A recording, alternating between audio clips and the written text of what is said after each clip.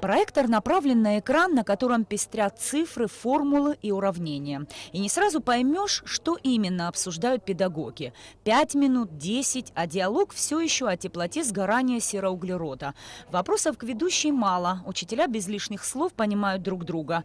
Немного уточнений, и на экране появляется новый слайд, а за ним следующий. Все они раскрывают тонкости преподавания сложного предмета химия. Здесь говорят предметно, не о самом предмете школьной программы. Тут более опытные коллеги делятся своими секретами того, как лучше донести до учеников всю суть науки о веществах, их строении, свойствах и превращениях. В позапрошлом году тоже был такой семинар. Из разных городов Российской Федерации приезжали, нам читали лекции, получили сертификат.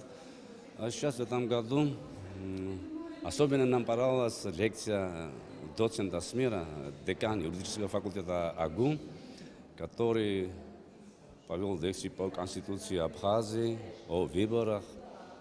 В общем, очень интересно было. Оба преподавателя, они, конечно, очень благотворно настроены на то, чтобы донести возможность нашим учителям вот ту брешь, которая образовалась в процессе разного количества учебников, разных авторов, каким-то образом ее восстановить. И учителя очень активно, очень живо, да, восприняли весь материал. Я сама и работник образования, да, и школы, и вуза, и в частности Министерства образования, мне очень интересно, потому что живые вопросы, то есть не надуманные какие-то воздушные, а живые, актуальные вопросы, которые волнуют каждого учителя.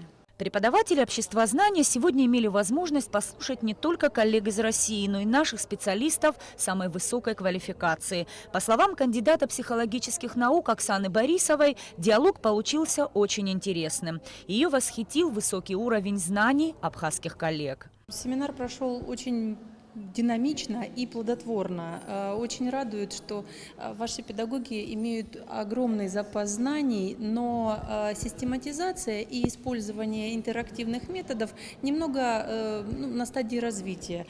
И нужно было указать направление движения, не более. И разыгралась настоящая баталия по поводу использования каких-то патриархальных методик воспитания или современных интерактивных. Да, конечно, сказывается местами отсутствие мультимедийных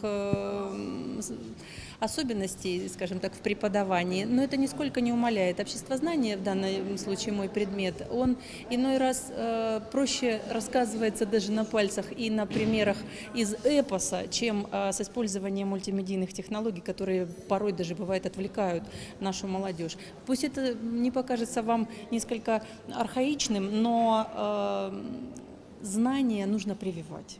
А прививаются они прежде всего педагогам, который горит своим делом.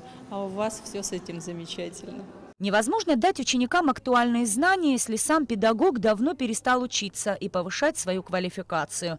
Ему необходимо развиваться постоянно, вне зависимости от того, на каком предмете он специализируется. Даже такие краткосрочные курсы значительно меняют подход к работе, заставляя смотреть на педагогику по-новому, уверены в Министерстве образования и науки Абхазии. Согласно договоренности с Северо-Кавказским федеральным университетом, Министерство образования и науки с 2016 года проводит курсы повышения квалификации учителей.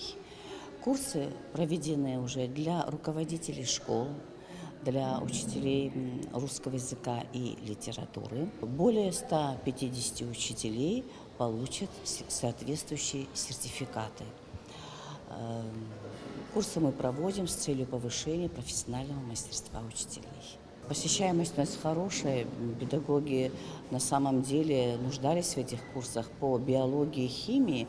Мы впервые проводим эти курсы. По окончании курсов все педагоги получат соответствующие сертификаты. Но не это главное, признаются учителя. Им удалось обменяться мнениями и закрепить полученные знания, которые они обязательно применят в своей работе. Нисфа Аршва, Беслан Шхинджери, Абхазское телевидение.